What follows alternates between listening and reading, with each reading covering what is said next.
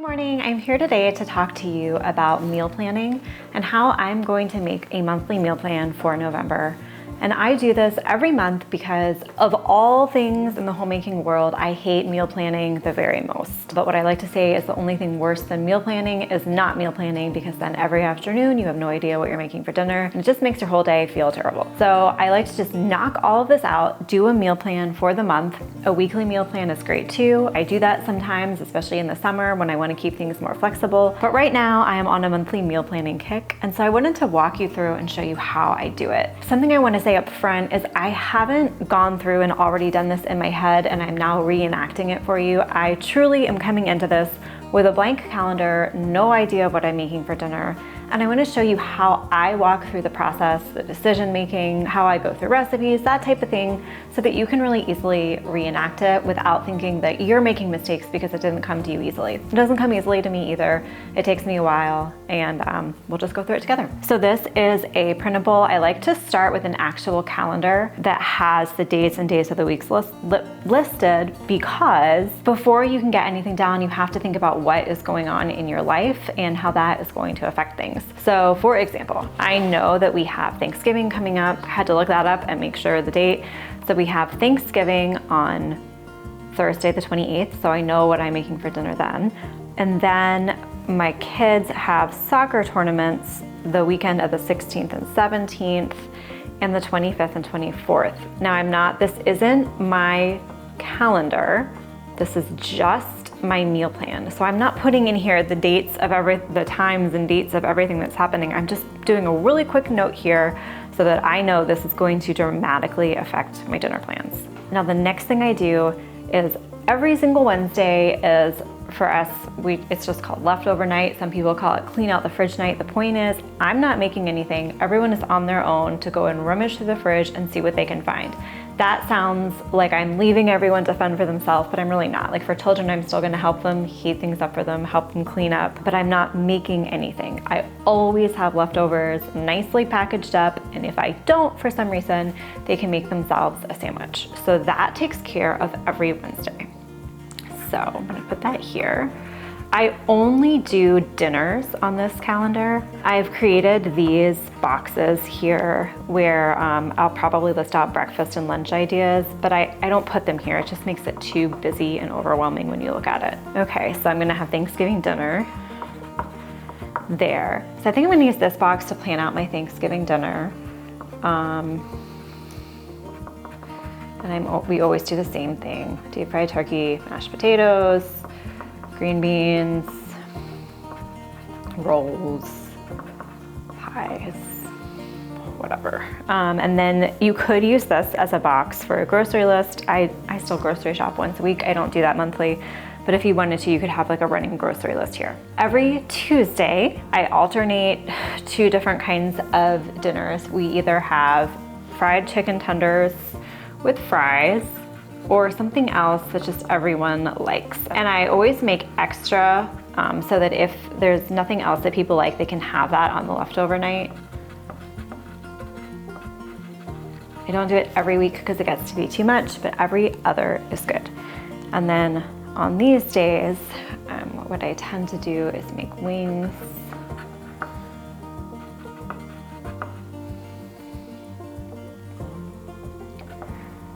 And pizza or pizza bread. So that takes care right off the bat of a lot of this right here. Also on Saturdays, we usually get takeout or go out. So I'm just gonna fill that in here. And you can see how we're like right away whittling things down, which is good. We're off to a quick start, but it will slow down.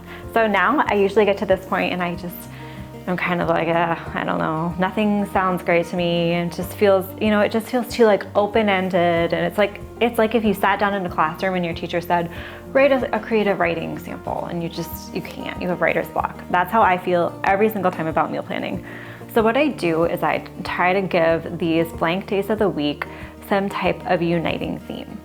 And I used to just have something set like this where all year long we would do like something easy on Mondays, something make ahead on Thursdays, but that kind of got annoying and tiresome. So now every month I just sort of set a new one. for Mondays in November, what I'm going to do is a slow cooker meal.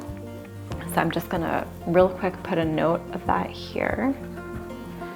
For Fridays, I'm gonna do soup and sandwiches. For Sunday, I'm gonna do like a mix of appetizers, especially since it's football season. And then I still need something for Thursdays. And I think what I will do is just make that like an extra easy meal, right? Okay, and so that is sort of my framework. And now what I'm gonna do is switch over to looking for actual meals, actual recipes. And what I have here is my recipe binder. And so I do have the printable. You can get these printables for free. I'll link those too. And I have them sorted. What I should do is reorganize them so that they're sorted by like slow cooker, easy, whatever my themes are for my plan. I should have tabs to reflect that so it's easier to find, but I don't. So I'm just gonna go through here and I'm gonna see what fits the bill. So easy, right away, I've come to shrimp fajitas. Those are super easy. And I'm actually gonna I got out of the habit of doing this, of putting sides, but I really should put sides because then it just makes it easier to make my grocery list. So I'm gonna do guac, chips, maybe like fruit, right? And then it's just less thinking when that day rolls around. Okay, so pasta al forno. That is a super easy recipe that we like. Okay, so 1 pan chicken and rice. This is just a really quick dinner where the rice cooks in the oven. Easy. Thursdays are done. So now I'm going to soup and sandwiches. Okay, so Friday I'm gonna do crock pot potato soup, white chicken chili,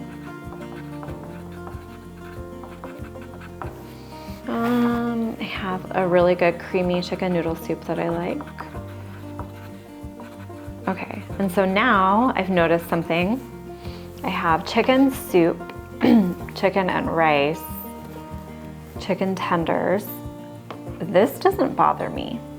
We eat a lot of chicken, I don't care. But if it bothers you, you wanna stay aware of things like that, and then it's just like an easy switch. You switch these two soups, something simple, and that's why I always do this in pencil. So now I know I'm gonna do leftovers the day after Thanksgiving, except I have leftovers here, and that's okay. Why not bookend Thanksgiving with leftovers? Because it is so much work. But I'll make sandwiches, turkey sandwiches. Okie doke. So now I have to do the sandwich part of this. I almost always do either cheesesteaks, Italian beef sliders, chicken artichoke sliders, or BLTs. So I'm gonna see what kind of goes with what. I'm gonna do pulled beef sliders. This is a really hearty soup, so I can do a lighter sandwich like BLTs. The chicken noodle soup is not super filling, so I do wanna do something with meat in it. I think what I'm gonna do here is just like a ham and cheese panini, or even cold sandwiches, depending on the weather. So that is set. And now I am into slow cooker recipes. I have a lot. What I do is in my recipe binder, I put on the side a whole section of just recipes to try. So I'm gonna look through those really quick and see if anything appeals to me. Not really. Not seeing anything slow cookery. Unless this, nope. And so if I don't, I'll just go back to like my old favorites. This might be slow cooker, but I have sandwiches going on already. I really do love sandwiches. No.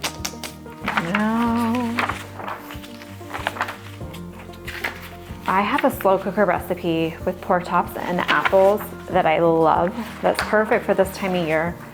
So I'm gonna go ahead and add that. So that is, it's just called slow cooker pork and apples. And I always make that with scalloped potatoes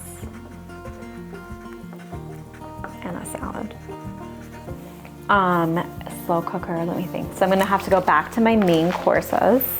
And another thing that I recommend you always do is keep old meal plans here. So I can go back and think, okay, so when I was doing keto, not helpful, but like, let's go and look here and see what I've done in the past. Okay, so I have Mississippi pot roast with egg noodles. So I'm gonna do that. If you've done the work, save it, and then it's easier to reuse it. Egg noodles. And I'll probably do like a vegetable. I don't feel like choosing that right now. I also have on here slow cooker sesame pork ribs. And so I just need one more. And let's see. I know that I have, I mean, I'm doing sandwiches a lot already, but I'm just gonna do them again. I'm gonna do pulled pork sandwiches in the crock pot. And I think I'll do slow cooker barbecue beans, and then just chips. That's another thing, don't be afraid when you have a lot scheduled already and you need sides, don't just keep piling on complicated things like, okay, and then I'll make green beans, and then I'll make rolls, and then I'll make scalloped potatoes. That's fine for some nights of the week, but you can't do that every single night in a row. You'll be exhausted. And it's really tempting when something is far out in advance to just make it difficult because it feels so far away. You think you'll have the energy. You think when that time comes, you'll be able to make all those things, but you won't. So where I am missing sides, I will just fill in usually carrot sticks, fresh fruit, or chips. Like that doesn't mean that I'm never making homemade sides. I do that all the time, but I don't do it 7 days in a row or even 3 days in a row, ever.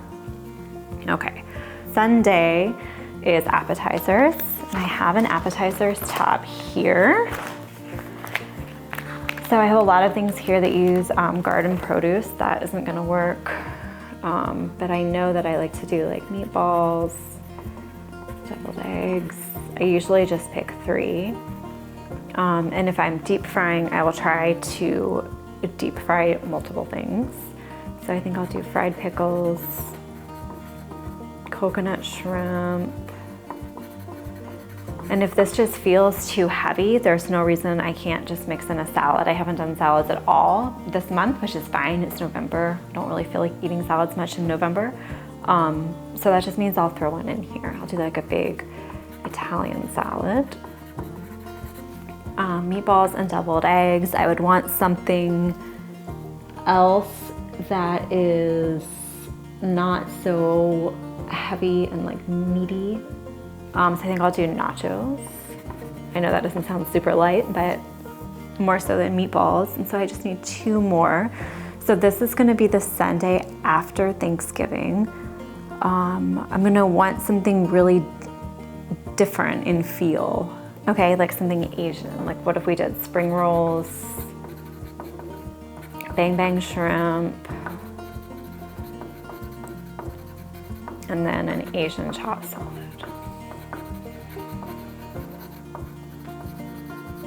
And so I need 1 more.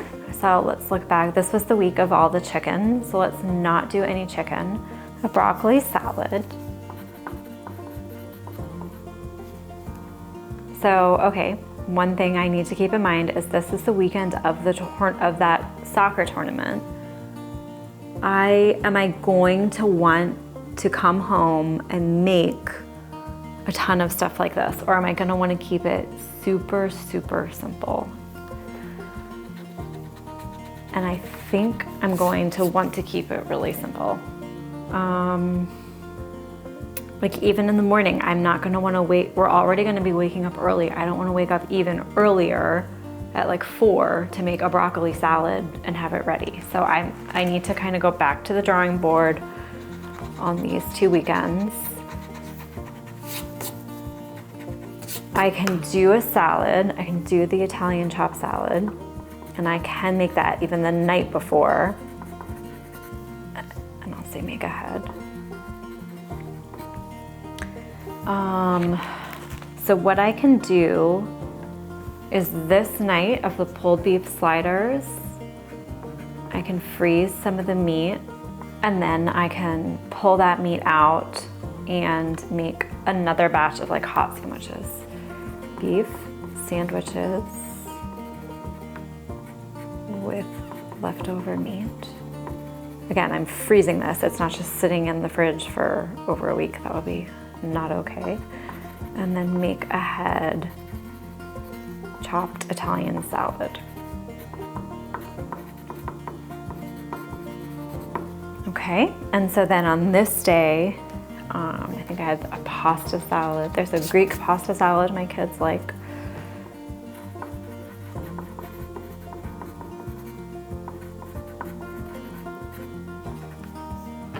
And then I think I'm just gonna pick up like Popeyes or KFC. And I might even say, I don't want to do that.